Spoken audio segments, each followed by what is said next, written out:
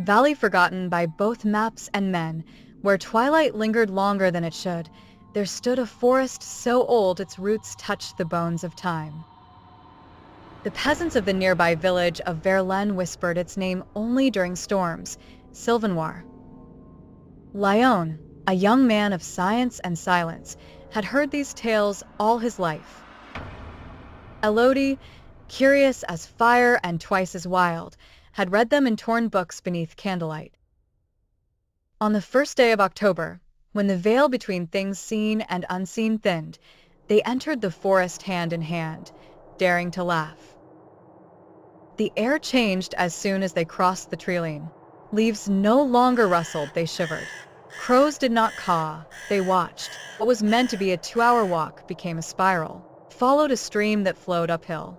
The sun blinked out too early, and the shadows took shapes.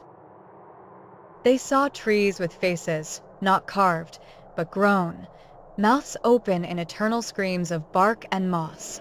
Deeper they wandered, the more the forest felt aware. By dusk, they came upon a clearing that wasn't there before, a perfect circle of stone monoliths, ancient and cracked, etched with runes no scholar could decipher. Center, a black pool, still, yet pulsing, like a sleeping heart. Elodie stepped closer. Beneath the pool rose a voice, not loud, not human.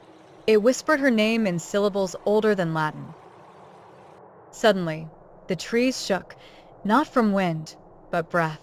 A figure emerged, tall, faceless, antlered. They emerged 3 nights later, though to them it felt like years. The village no longer remembered them.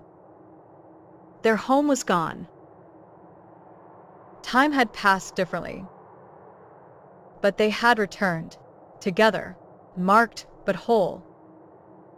Elodie later gave birth to twins. One cried like a child. The other sang like the forest. They named her Sylvain. And some nights, when the stars align and the wind blows through their cottage just right, Lyon still hears that voice, not threatening, no longer cruel, but watching. Waiting.